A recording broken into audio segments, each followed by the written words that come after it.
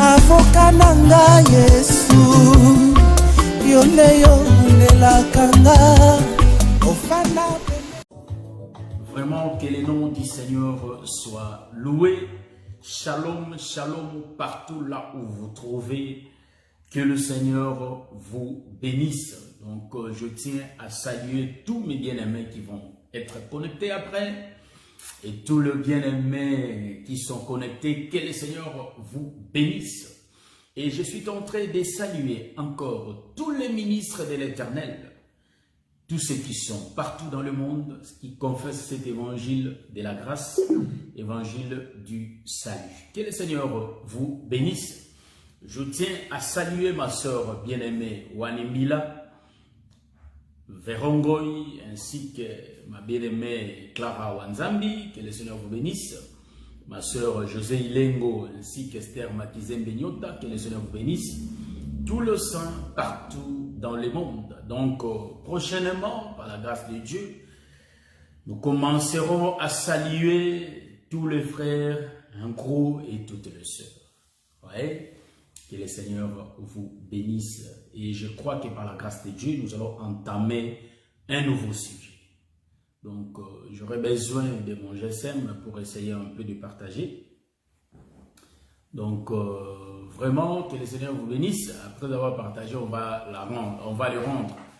Donc, voilà, que le Seigneur vous bénisse. Moi aussi, je vais essayer de partager la vidéo pour que les bien-aimés sachent que nous sommes en direct et vérifier aussi si les lives là que nous sommes en train de faire est vraiment, voilà, bien vu et bien clair.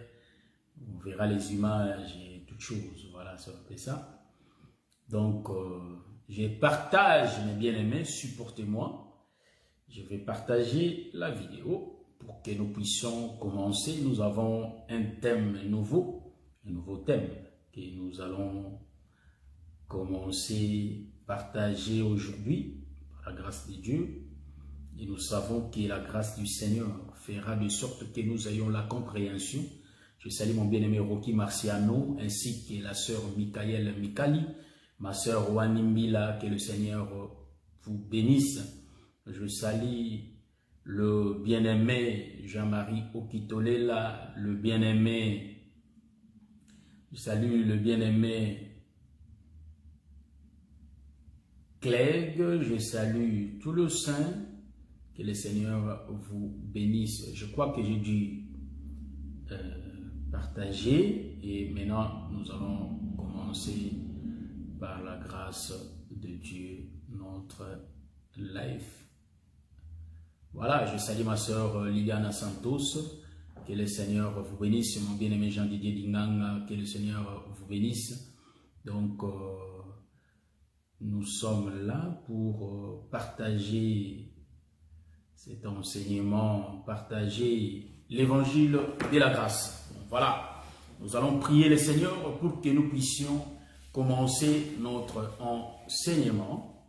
Évidemment, nous allons prier le Seigneur. Nous te bénissons, Dieu de toute gloire. Commence avec nous cet enseignement et tu finiras avec nous. Assiste-nous, étant Emmanuel. Au nom de Jésus, j'ai ainsi prié. Amen. Shalom, shalom, le peuple de Dieu partout dans le monde. Voilà, aujourd'hui, nous allons parler d'un nouveau thème. Notre thème est l'oreille du roi Salomon. Et dans l'oreille du roi Salomon, on va essayer un peu de voir comment est-ce que le Seigneur va nous conduire pour essayer un peu de comprendre ces choses. Voilà.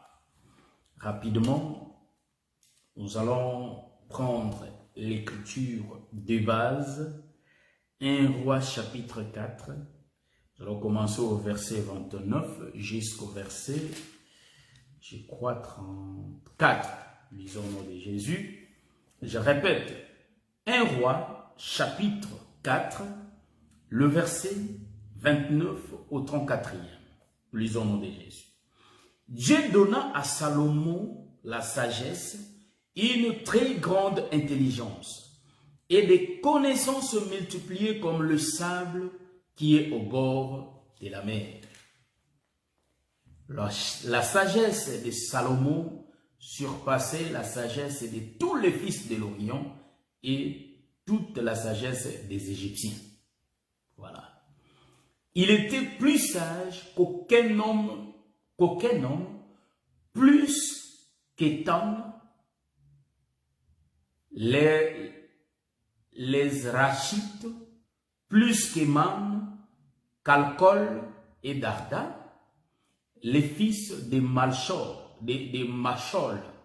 et sa renommée était répandue parmi toutes les nations d'alentour. Il a prononcé 3000 sentences et composé 1500 cantiques et 1005 cantiques. Il a parlé sur les arbres, depuis les cèdres du Liban jusqu'à l'hysope qui sort de la muraille. Ça gêne. Il a aussi parlé sur les animaux, sur les oiseaux, sur les reptiles et sur les poissons. Il venait des gens de tout le peuple pour entendre la sagesse de Salomon.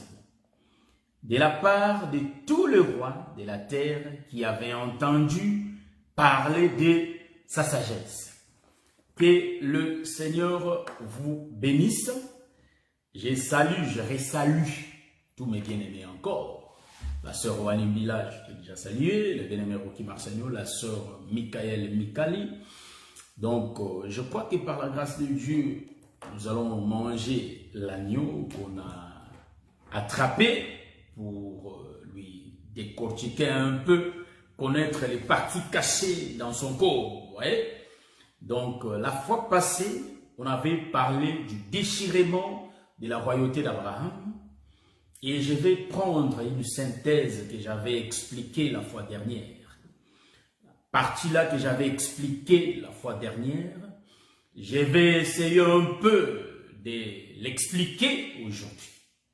Je salue mon bien-aimé Pichou Sibangou, que le Seigneur vous bénisse, mon très cher os. Voilà, donc aujourd'hui, tout doucement, nous ferons la première partie, on dirait, et la deuxième partie viendra le samedi prochain, si le Seigneur nous fait la grâce. Donc, nous allons demander que le Seigneur nous fasse grâce afin que la semaine prochaine, qu'on vienne étaler aussi la deuxième partie. Donc, vous savez que le roi Salomon était roi après le roi David de son père. Vous voyez, la Bible dit ici que cet homme avait de la sagesse. Mais avant que je puisse commencer, c'est-à-dire entamer cet enseignement, je vais retourner pour expliquer. Vous savez que quand Joseph avait retenu ses 10 frères, il avait relâché 9 frères, sinon il était resté. Vous voyez? Donc j'avais expliqué par la révélation. Parce que, vous voyez, moi d'autres choses, quand j'ai dit, je crois que j'ai tout dit. Mais parfois, il a parti, je n'ai pas dit. Mais je complète ça aujourd'hui. Que quand Joseph libérait ses 9 frères, en réalité, c'est Jésus qui est monté. Vous voyez? Voilà. C'est pourquoi nous disons que c'est Jésus qui est ressuscité. Jésus qui est ressuscité, qui était emprisonné, mais Jésus était ressuscité, mais il y avait quelque chose qui était resté. Ses habits étaient restés dans la tombe. Voyez-vous? Donc, Simeon typifie les habits. C'est pourquoi le bien-aimé Pierre, pour qu'ils aient la référence, quand il rentrait dans la tombe, il voyait ses vêtements. Voyez-vous? Donc, le vêtement explique Simeon qui était resté auprès de Joseph. Que le Seigneur vous bénisse. Donc aujourd'hui, nous allons vraiment parler de Salomon. La Bible dit que cet homme était sage, le roi Salomon. Mais avant qu'on puisse parler de lui largement, nous allons d'abord rentrer pour lui introduire. C'est ça notre sous-thème. Nous allons introduire les rois sous le soleil. Comment ces rois étaient entrés sous le soleil? Vous voyez? Donc, je salue mon bien-aimé, mon pasteur Benjamin Kalonga, que le Seigneur vous bénisse. Donc, Salomon, en réalité, la Bible dit qu'il était le fils du roi David. Mais selon la marche des Écritures que nous allons prendre, en marchant, nous allons démontrer que Salomon, Dieu promettait qu'il devait devenir le roi. Ouais. Donc Dieu prophétisait déjà son avènement, que cet homme de Salomon deviendra roi. Donc c'est ça qu'on appelle son introduction sous le soleil. Je prends l'écriture. On a lu l'écriture de base, là où nous allons traîner.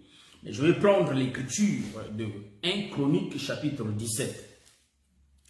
Nous prenons l'écriture de 1 Chronique chapitre 17. Commencerons au verset 11 jusqu'au 14e. Donc ça, nous sommes en train de tourner d'abord, parce que c'est l'avion. Nous préparons de monter. Vous voyez, donc nous commencerons au verset 11e jusqu'à 14e. 1 Chronique chapitre 17, le verset 11 au 14e. Quand tes jours seront accomplis et que tu iras, donc Dieu est en train de parler à David. Vous voyez? Quand tes jours seront accomplis et que tu iras auprès de tes pères, j'élèverai ta postérité après toi, l'un de tes fils, et j'affermirai son règne. Ce sera lui qui me bâtira une maison, et j'affermirai pour toujours son trône. Je serai pour lui un père, et il sera pour moi un fils. Et je ne lui retirerai point ma grâce, comme je l'ai retiré à celui qui t'a précédé. C'était Saül.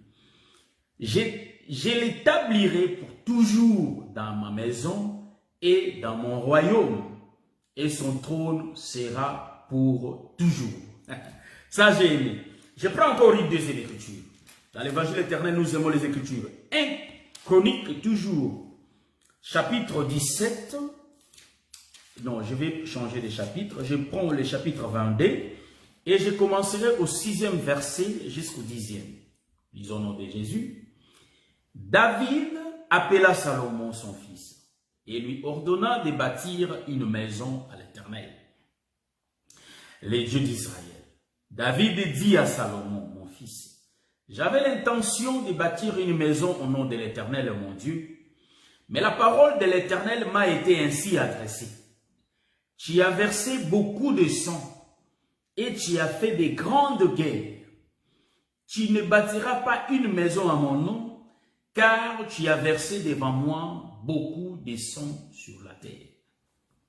Voici, il te mettra un fils, qui sera un homme de repos, et à qui je donnerai du repos en les délivrant de tous ses ennemis d'alentour. Car Salomon sera son nom, et je ferai venir sur Israël la paix et la tranquillité pendant sa vie. Ça, j'aime. Ce sera lui qui bâtira ce sera lui qui bâtira une maison à mon nom. Il sera pour moi un fils, et je serai pour lui un père. Et j'affermirai pour toujours les trônes de son royaume en Israël. Amen. Voilà, maintenant, nous allons essayer d'introduire les rois. Voyez, nous allons essayer, je salue ma soeur Liliana Santos, Clara Wanzambi, que le Seigneur vous bénisse. Nous allons maintenant essayer d'introduire le roi Salomon. Voyez, donc l'Éternel a parlé par le prophète Nathan, parce que David avait l'intention de bâtir une maison pour l'Éternel. Vous voyez, donc c'est David qui avait cette intention-là, l'intention de bâtir la maison pour Dieu. Et maintenant, Dieu va parler au prophète Nathan pour aller informer le roi David que ce n'est pas lui qui va bâtir la maison pour Dieu. Ça, je suis dans le chapitre 17. En réalité, mais c'est son fils qui va sortir de lui. Vous voyez? Donc, c'est lui qui aura cette capacité de bâtir une maison. Vous voyez? Voilà pourquoi toute chose est expliquée dans le jardin. Vous voyez? Ça j'aime. Donc, si nous rentrons au commencement, nous allons voir toutes choses. Ici, la promesse est en train de se donner à un fils qui va sortir de David. Les fils qui sortent de David, en réalité, cet homme qui sortira de lui, c'est le roi Salomon. Ça, j'aime. Maintenant, l'Écriture nous a dit que cet homme était sage, plus que tout le monde sous les soleils. Il y avait personne qui était sage avant lui, et il y avait personne qui était sage après lui. Ouais. Donc, cet homme était rempli de la sagesse. Donc, ici, vous allez voir et comprendre que Dieu nous parle tantôt d'une manière et tantôt d'une autre. C'est seulement l'homme qui ne prend point garde de comprendre les langages de Dieu. Pourquoi l'homme ne prend point garde?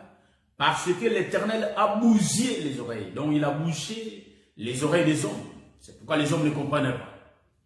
Mais nous, le Seigneur nous a fait la grâce d'être révélés. Donc les choses cachées, Dieu nous a fait la grâce de les révéler. Voilà pourquoi aujourd'hui nous sommes montés ici pour essayer un peu de comprendre la pensée cachée dans l'oreille de Salomon. Vous voyez?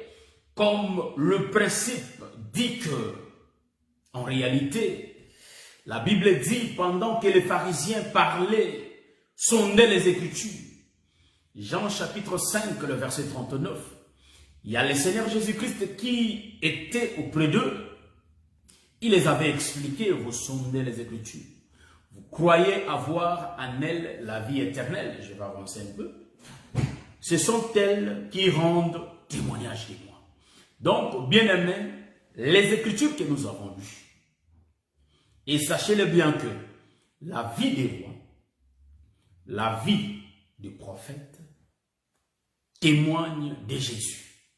Voilà pourquoi si vous regardez la vie d'Adam, c'était la prophétie qui allait s'accomplir dans le corps de Jésus.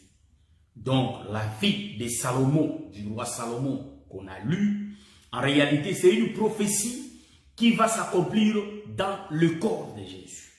C'est pourquoi nos thèmes sont un peu compliqués, mais quand nous regardons nos explications parmi nos thèmes, vous allez comprendre que tout explique Jésus. Nous n'allons pas prendre une écriture qui soit hors de la Bible et commencer à expliquer au peuple. Non. Et nous ne nous inspirons pas aussi au monde pour expliquer Dieu. Non. Dieu nous a donné un seul livre par lequel nous pouvons avoir sa parole. La prophétie par excellence, c'est la Bible, bien-aimés. Voilà pourquoi nous puisions toutes choses dans les Écritures. Que le Seigneur vous bénisse. Les hommes, je salue mon prophète depuis Kinshasa, l'apôtre Messie Stéphane Amani, que le Seigneur vous bénisse. Donc nous disons que dans l'oreille de Salomon, en réalité, il y a des révélations qui se cachent là. Ouais? C'est ainsi qu'aujourd'hui, nous sommes montés pour expliquer ces choses. Vous voyez? La Bible dit que David ne peut pas construire une maison pour l'Éternel. Quelle est cette maison? Donc nous voyons que la maison dont la Bible parle ici, on voit le temple, vous voyez? Donc David ne pouvait pas les construire. Mais celui qui va venir les construire, en réalité, c'est Salomon. Pourquoi? Nous sommes dans le pourquoi de chaque chose. Pourquoi David ne pouvait pas? Parce que David était un homme de sang. Voilà pourquoi nous expliquons, rapidement nous allons monter tout doucement, nous expliquons que David qui ne peut pas construire la maison pour Dieu, il est l'ombre de Dieu lui-même, vous voyez, qui ne peut pas construire la maison. Donc, l'ombre de Dieu lui-même, nous voyons qu'en réalité, c'est Moïse qui avait tué le peuple par son enseignement, voyez-vous. Donc, le problème de Dieu ici, il a besoin d'une maison par laquelle il pouvait se reposer. Voilà pourquoi le Seigneur Jésus-Christ, étant sur terre, quand il voyait les gens lui suivaient, il lui demandait, il dit que, oh, les renards, les oiseaux ont des nids, les renards ont des tanières, mais le Fils de l'homme n'a pas là où poser sa tête. Donc, quand Jésus parlait du Fils de l'homme, en réalité, il était l'ombre de David. Jésus se référait à David parce que David était un fils à l'Éternel et en réalité, l'Éternel était un père pour lui. Ouais, j'ai pas dit Salomon, j'ai précisé David. Ouais, donc moi, quand je marche, je touche trop des zigzags. Pour me comprendre bien, il faut mettre du temps, alors que vous allez comprendre bien mon langage. Voilà pourquoi Pierre, comprenant ces choses, avait dit que le bien-aimé Paul explique des choses difficiles. Ouais. Donc, cela ne veut pas dire que le frère Pierre expliquait pas bien, il expliquait très bien, trop bien même. Ouais. Chacun, Dieu a remis une portion de grâce. Dieu lui a remis une portion de grâce. Donc, moi j'ai une portion de grâce, mes frères ont aussi leur portion de la grâce. Voilà pourquoi nous tous, quand nous nous réunissons, nous formons le corps. Vous voyez? Donc, en réalité ici, Jésus qui dit, il n'a pas la place là où poser sa tête. Donc, nous comprenons que c'est Dieu, dans l'ancienne alliance, qui marchait de tente à tente, de maison à maison. Parce qu'il n'avait pas de place fixe pour poser sa tête. Donc, en réalité, il n'avait pas de tabernacle. Donc, Dieu marchait avec le peuple. Dieu s'est déplacé. Est-ce que vous voyez ça? Donc, quand Jésus utilise ce langage, quand nous regardons le Seigneur Jésus-Christ, il faut que nous comprenions que cet homme de Jésus, en réalité, il est lui-même l'ancienne alliance et en même temps lui-même la nouvelle alliance. Donc, il était lui. Donc, sur la terre, nous voyons que c'était lui qui représentait tous les prophètes. Vous voyez? Parce que je vais essayer un peu d'enlever. Donc, c'était lui le dernier prophète. Est-ce que vous voyez ça? La représentation de tous les prophètes était Jésus. C'est pourquoi Jésus, on l'identifiait difficilement. Les gens disaient qu'il était Jérémie, les autres disaient qu'il était ceci. Vous voyez? Il était Jérémie, les autres disaient qu'il était Élie, les autres disaient ça. Pourquoi? Parce qu'il voyait en lui tous les prophètes. Et c'est vrai, vous voyez? Car il n'a pas contredit ça. Donc nous allons avancer. Comprenez que quand Jésus dit cela, nous comprenons que David avait l'intention de bâtir une maison. Mais lui n'avait pas la place pour poser sa tête. Donc nous comprenons que David avait l'intention de bâtir parce que Dieu n'avait pas de tente. Mais quand David prend cette intention, Dieu lui interdit. Il dit que toi tu ne peux pas bâtir. Parce que la maison de Dieu, en réalité, il faut que Salomon vienne construire cette maison. Vous voyez? Ça nous sommes en train d'introduire. Donc ici, nous comprenons que selon la prophétie, cet homme va venir. Sa mission sera, ce roi qui va venir après David, sa mission sera de construire.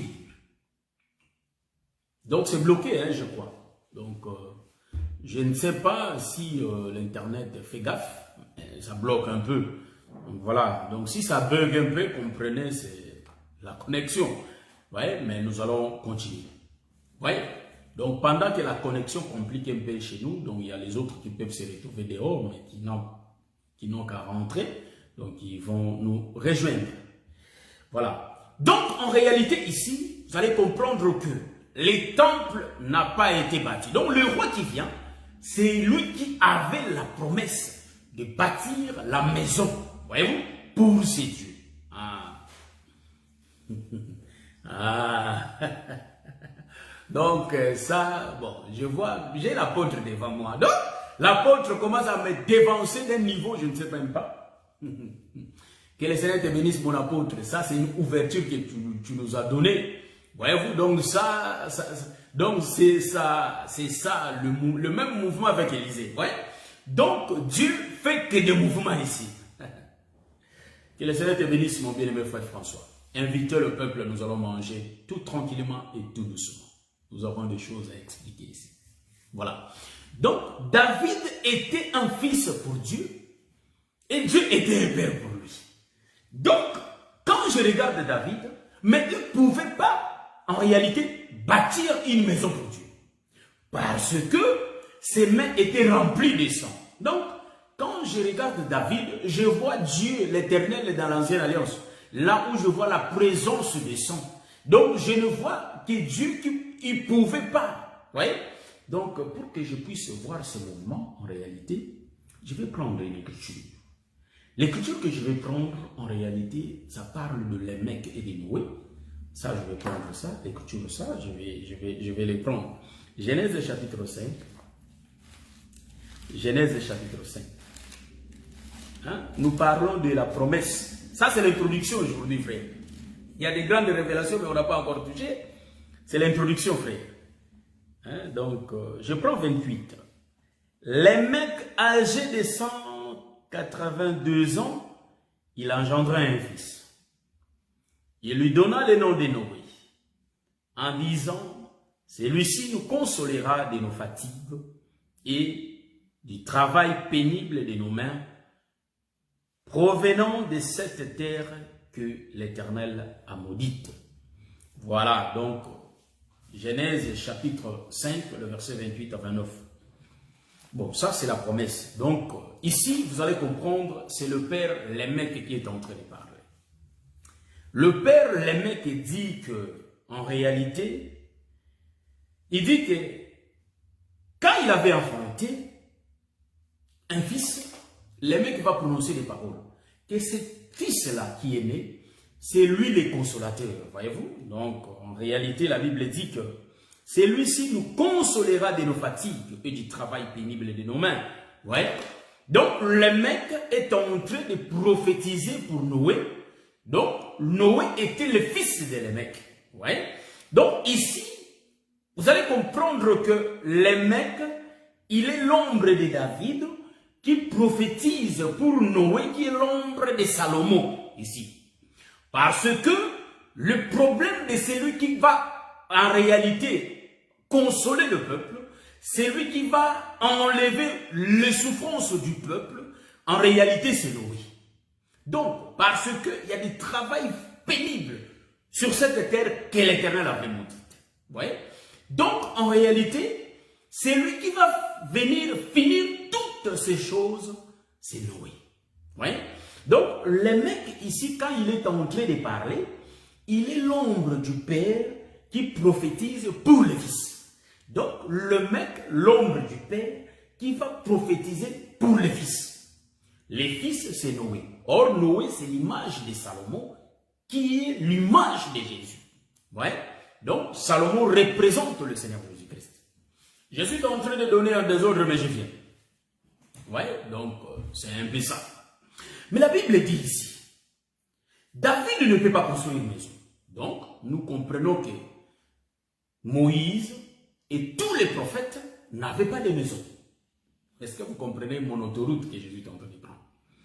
Moïse et les prophètes, tous les prophètes, ils n'avaient pas de maison parce qu'ils n'ont pas construit. Donc, nous voyons que Moïse et toute la loi, nous disons qu'il n'y avait pas de maison pour l'Éternel. Mais pour que la maison vienne, il faut la présence des pharaons. Voilà, pardon, la présence de Salomon. Voilà pourquoi vous allez comprendre que Jésus aussi, quand il était sur la terre, il n'avait pas de maison. C'est là où nous voyons que quand Jésus n'avait pas de maison, donc il est l'ombre de Moïse qui ne pouvait pas construire. Est-ce que vous voyez ça? Et maintenant, je vais lire une écriture encore. Aujourd'hui, je vais lire beaucoup, c'est l'introduction, après nous allons continuer. Voilà, je prends l'écriture. Je reprends l'écriture, mais je vais lire rapidement. Je vais prendre l'écriture de 1 Chronique. Pour que je commence à expliquer ça, ça sera une bonne chose. Je prends 1 Chronique. 1 Chronique, chapitre 22. Voilà, je commence au verset 6. David appela Salomon son fils et lui ordonna de bâtir une maison à l'Éternel, le Dieu d'Israël. David dit à Salomon, mon fils, j'avais l'intention de bâtir une maison au nom de l'Éternel, mon Dieu. Mais la parole de l'Éternel m'a été ainsi adressée, tu as versé beaucoup de sang et tu as fait de grandes guerres. Tu ne bâtiras pas une maison à mon nom, car tu as versé devant moi beaucoup de sang sur la terre. Voici, il te naîtra un fils. Donc ici, il te naîtra un fils qui sera un homme de repos, et à qui je donnerai du repos et donnerai du repos en les délivrant de tous ses ennemis d'alentour, car Salomon sera son nom, et je ferai venir sur Israël la paix, la tranquillité pendant sa vie. Cette écriture, je l'ai relie à Luc, à l'écriture de Luc, chapitre 1, les versets 33 à 35, je crois bien, si je ne me trompe pas, je prends Luc chapitre 1, les versets 33 à 35. Je commence au verset 32. Il sera grand, ça c'est Luc chapitre 1, le verset 32. Il sera grand et il sera appelé fils du Très-Haut. Et le Seigneur Dieu lui donnera le trône de David de son père. Vous voyez, donc ici c'est Salomon ici, le véritable maintenant ici. Il régnera sur la maison de Jacob éternellement et son règne n'aura point de fin. Ici c'est l'ange qui est en train de parler à Marie. Je reprends l'écriture. Donc, je commence au verset 31. Et voici, tu deviendras enceinte et tu enfanteras un fils. Et tu lui donneras le nom de Jésus. Il sera grand et sera appelé fils du Très-Haut. Et le Seigneur Dieu lui donnera le trône de David, son père. Il régnera sur la maison de Jacob éternellement et son règne n'aura point de fin. Amen. Donc voilà. C'est ça l'écriture qu'on a jugé bon de lire. Vous voyez? Je salue mon bien-aimé Kinta Blanchard. Voilà, nous sommes en train de continuer. Et vous allez voir que l'enfant a été promis. C'était la prophétie que l'Éternel donnait, qu'il y a un enfant qui allait naître. Et cet enfant aura le nom de Salomon. Or, dans la Nouvelle Alliance, nous voyons la même promesse. Il y a l'ange qui est venu parler. Dans 1 Chronique chapitre 17, c'était le prophète Nathan. Or, l'ange prend l'image du prophète Nathan qui donne le message à David. Donc, David qui était là, c'est lui qui était le roi. Et c'est lui à lui que Dieu avait envoyé. C'est pourquoi vous allez voir que Moïse, Dieu lui avait envoyé qu'il va faire sortir Israël de l'Égypte. Et il va lui ramener jusqu'à Canaan. Mais en réalité, Moïse n'a pas pu faire rentrer Israël au Canaan parce que la maison se trouve au Canaan. Est-ce que vous voyez ce que je suis en train de dire? Donc, tous les temps, Israël était sorti en Égypte. Israël faisait la marche. Le temps que Israël marchait, nous disons que Israël marchait. Donc, en réalité, c'était Moïse qui faisait la préparation. Écoutez-moi bien ici. Bon. Ici, je remercie d'abord le Seigneur. Parce que j'ai dit qu'un ministre ne peut pas être orgueilleux. Est-ce que vous comprenez ce que j'ai dit? Ici, là, je suis en train de comprendre que ce que nous expliquons, ça ne vient pas de nous. Donc, le vrai ministre, c'est le Seigneur Jésus-Christ. Nous ne sommes que des pommes. Je salue mon bien-aimé Massamba Pedro Joachim, que les honneurs te bénissent. Vous voyez? Nous ne sommes que des pommes. Les véritables ministres, c'est le Seigneur Jésus-Christ. Écoutez bien. La mission de Moïse était de faire sortir Israël de l'Égypte et de lui faire rentrer au Canaan. Parce que la maison, c'est Canaan. Donc, la maison de Dieu, c'est la montagne. Voyez-vous? La Bible dit que le mont Carmel, voyez-vous? La Bible dit que le mont Sinaï, c'est ça la maison de Dieu. Le Sion, la maison de Dieu. Voyez? Donc, ça dit la mission, le plan de Dieu pour Moïse, de prendre Israël, le faire quitter l'Égypte et lui ramener jusqu'à la maison. La maison, c'est Canaan. Et maintenant, tous les temps que Israël va marcher, il faut que Israël parte pour que la maison soit construite. Et maintenant, ici, vous allez comprendre que Moïse va prendre Israël, il commence à marcher. Ah, ça c'est David. Maintenant, écoutez ici, là où je me suis arrêté, ici. Donc, écoutez. David, avant de mourir, il dit que je sais bien que j'avais l'intention de bâtir la maison pour l'Éternel. Mais l'Éternel m'en avait interdit parce que je suis un homme de sang. Donc, ici, vous allez comprendre qu'est-ce que David va faire. David va commencer à préparer les ustensiles, le matériel pour la construction du temple. C'est pourquoi nous disons, je vais faire les deux mouvements. Ici, je prends le premier mouvement. Nous disons, La maison, en réalité, pour voir sa construction, il faut regarder Noé. C'est là où nous aurons la construction de la maison. Mais pour la préparation de la chose, de la maison, ça demande des matériaux. Or, le temps que Moïse est en train de marcher avec le peuple, c'est là où nous disons que Moïse marchait avec les 12 tribus. Quand Moïse est en train de marcher avec les 12 tribus, en réalité, la marche d'Israël, c'est ça qu'on appelle la préparation des matériaux pour la construction de la maison. Pour voir ça, il faut que je regarde encore Noé. Donc, c'est là que je dis que Salomon va venir construire. Mais Salomon, il va rien chercher parce que la préparation s'est faite par son père David. Voilà pourquoi nous disons, l'écriture que nous avons lue, c'est Jésus qui va venir construire la maison. Mais il faut que son prédécesseur, donc celui qui était avant lui, puisse nous préparer cette maison. Des matériaux pour la construction de la maison. Qui sont les gens qui ont préparé la maison? Voyez-vous? J'ai dit la marche, c'est la préparation de la maison. C'est les 12 tribus qui sont en train de marcher et c'est la maison qui est en train de se préparer. Vous voyez? C'est des matériaux. Vous voyez? Les hommes là, c'est des matériaux. Est-ce que vous voyez ça? Le peuple d'Israël, c'est des matériaux qui vont construire l'arche. Maintenant, si nous rentrons, vous allez comprendre pour que Jésus puisse construire. Mais il faut que David puisse préparer les matériaux. Qui prépare les matériaux? Ce sont les prophètes. La loi, le psaume et les prophètes. En d'autres termes, ce sont les prophètes qui sont venus avant Jésus, qui préparaient le matériau pour la construction du temple. Pour voir bien ces prophètes, nous allons regarder le prophète Jean-Baptiste. C'est lui qui prépare le peuple pour celui qui devrait venir.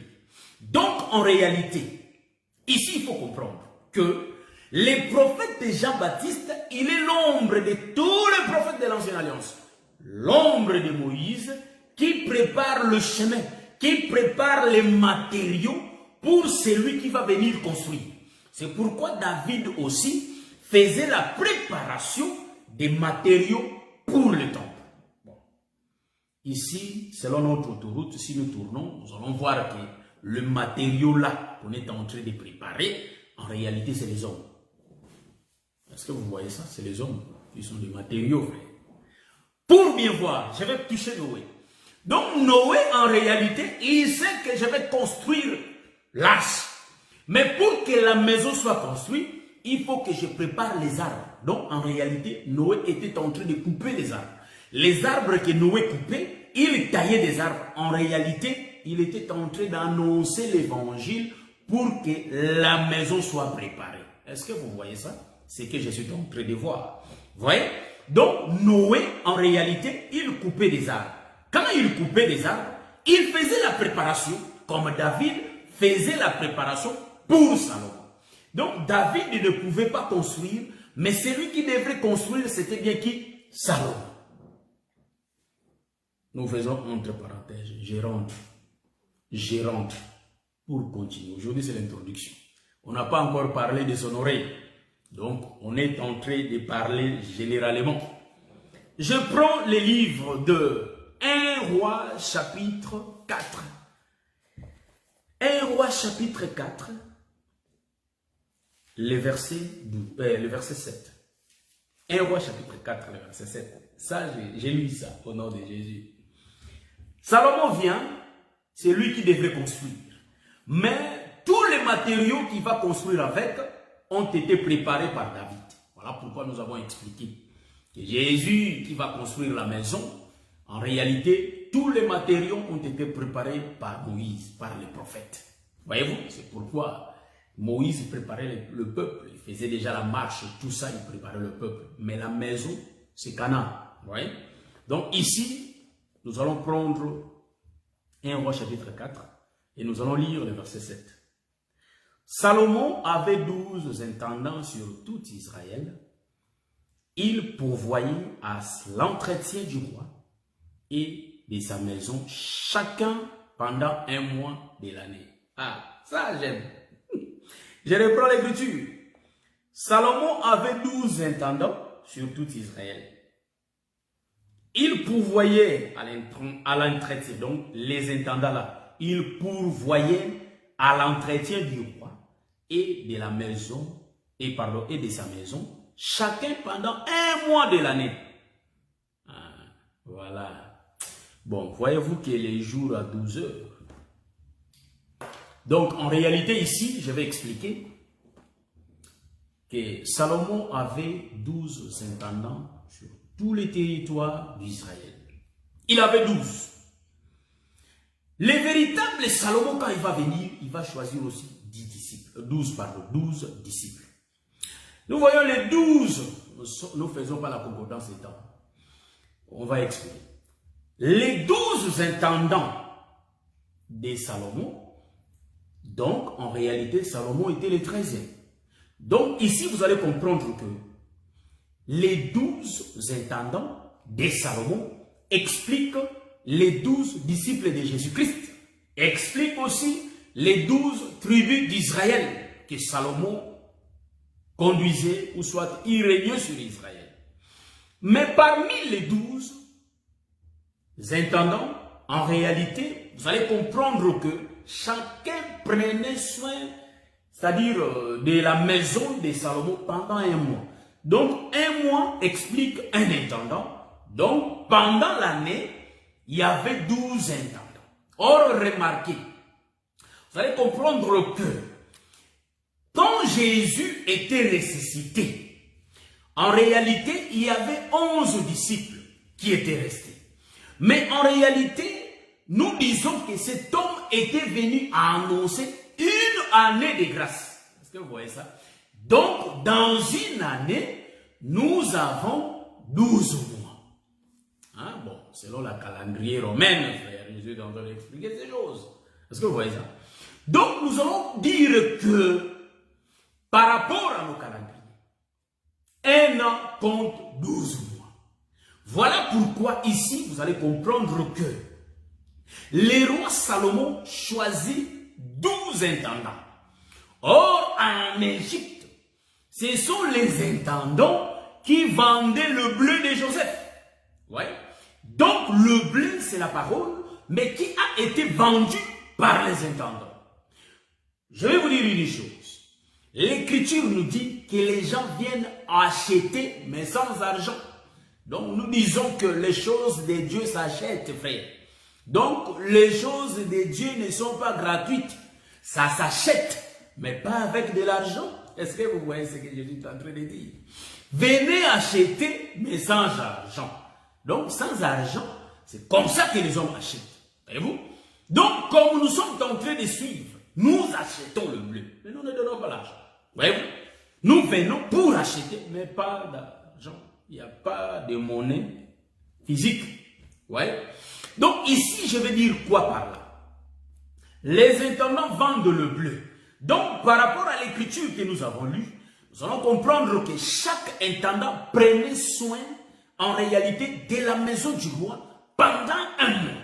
Donc chaque intendant 1 mois. Donc quand Jésus était mort, il faut que Judas Iscariote soit remplacé par Matthias pour que le nombre des disciples revienne 12. Parce que à chaque mois, il est disposé à un intendant, donc à un apôtre de faire le travail pendant 1 mois. Parce que le Seigneur Jésus-Christ est en train d'annoncer une année de grâce. Est-ce que vous voyez ça? Donc le Seigneur Jésus-Christ est venu pour annoncer une année de grâce. Or, dans une année de grâce, en réalité, il y a 12 disciples qui vont travailler pendant ces 1 année. Donc, chaque disciple a 1 année de travail. Je salue ma sœur Esther Makizembe-Nyota. Est-ce que vous voyez ça? Je suis en train d'avancer. Hein? C'est ce que nous allons dire, il faut que nous avancions. Donc, ici, chaque intendant 1 an. C'est pourquoi vous allez remarquer que ces choses sont prophétiques. Je vous dis et je vous le redis. Dieu fait que répéter ce qui était passé. Donc ici, nous vivons dans la répétition de Dieu.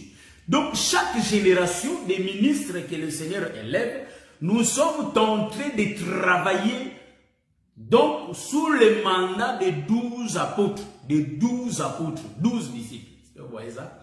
Voilà pourquoi vous allez dire que, nous allons dire ici que, vous voyez, donc si le premier mandat, Pierre a fait le travail, donc nous tous qui avons écouté l'évangile, nous disons que depuis que le Seigneur est parti, le disciple a commencé à travailler. Depuis que le Seigneur était venu, il a choisi dans ce royaume, il a choisi ses disciples, ils sont au nombre de 12, les 12 apôtres, ils ont commencé à parler de Dieu, prêcher ces choses, voyez-vous? Donc nous disons que les disciples ne peuvent jamais être 11, il faut qu'ils soient seulement 12. Or, tous les 12, ils sont sortis de Jacob. Donc nous disons que tous les 12 sont sortis en réalité de Salomon. Voilà pourquoi je vais prendre encore une écriture qui me vient à l'esprit. Je crois que c'est dans le livre de Daniel chapitre 6, si je ne me trompe pas, là où le roi avait choisi 120 satrapes. Je crois bien. Je prends le livre de Daniel. Prophète Daniel, tu es où là? Je cherche le prophète Daniel. Donc c'est lui le prophète Daniel qui va nous expliquer ces choses. Daniel chapitre 6, le verset 1. Darius trouva bon d'établir sur les royaumes 120 satrapes qui devaient être dans tous les royaumes. Il mit à leur tête 3 chefs. Hein, je lis jusqu'au verset 2, 1, 2. Il mit à leur tête 3 chefs, au nombre desquels était Daniel, afin que ces satrapes leur rendissent compte et que le roi ne souffrit aucun dommage. Voilà. Donc, Jésus ne pouvait souffrir d'aucun dommage.